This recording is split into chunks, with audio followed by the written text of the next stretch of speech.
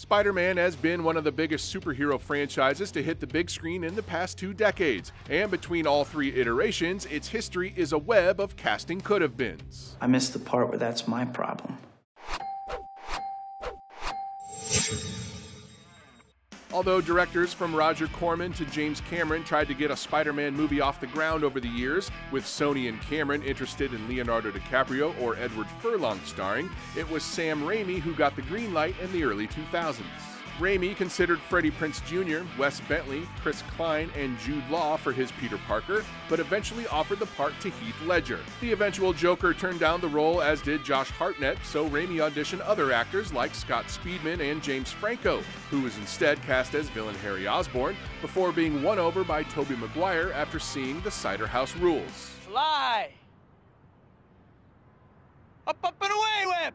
For Mary Jane, Eliza Dushku, Alicia Cuthbert, Alicia Vitt, Mina Suvari, and Tara Reid were considered before the role was offered to Kate Hudson, who turned it down to do The Four Feathers instead. Elizabeth Banks auditioned but was told she was too old and instead cast as Betsy Brandt.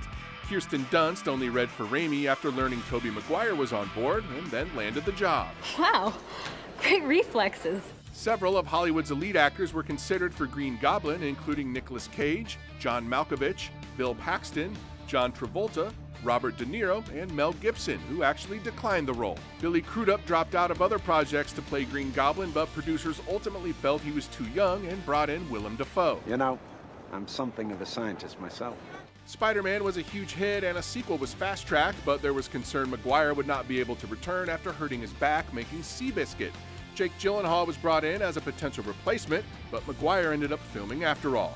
For Spider-Man 2's villain, Dr. Octopus, De Niro was again considered, along with David Duchovny, Liev Schreiber, Sam Neill, Ed Harris, and Chris Cooper. But it was Alfred Molina who earned the role based on his performance in Frida. Butterfingers. For 2007 Spider-Man 3, producers considered Ben Kingsley playing Vulture, but instead went with Topher Grace playing Venom. For Gwen Stacy, Alicia Cuthbert was again considered, along with Scarlett Johansson, before it went to Bryce Dallas Howard. Oh, this is so cool.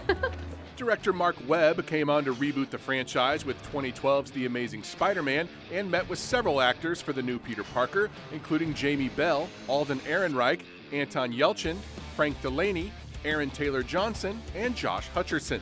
In the end, it was Dylan O'Brien, Logan Lerman, and Andrew Garfield who emerged as the frontrunners, with the latter earning the role. You seriously think I'm a cop? Cop in a skin-tight red and blue suit. You know, you've got a mind of the true scholar, sir.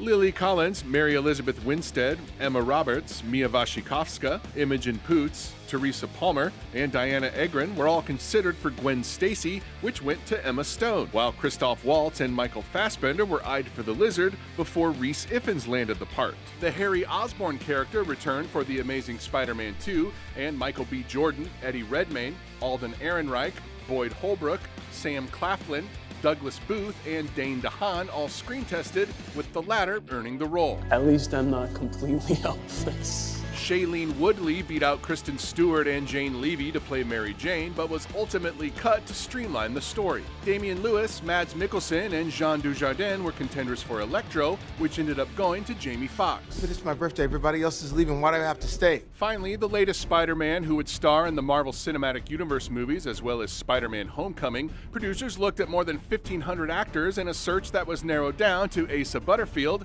Judah Lewis, Matthew Lintz, Charlie Plummer, Charlie Rowe, and Tom Holland. Thanks to his acclaimed performance in The Impossible and the fact that he was a gymnast and dancer, it was Holland who eventually won the part. You're Spider-Boy?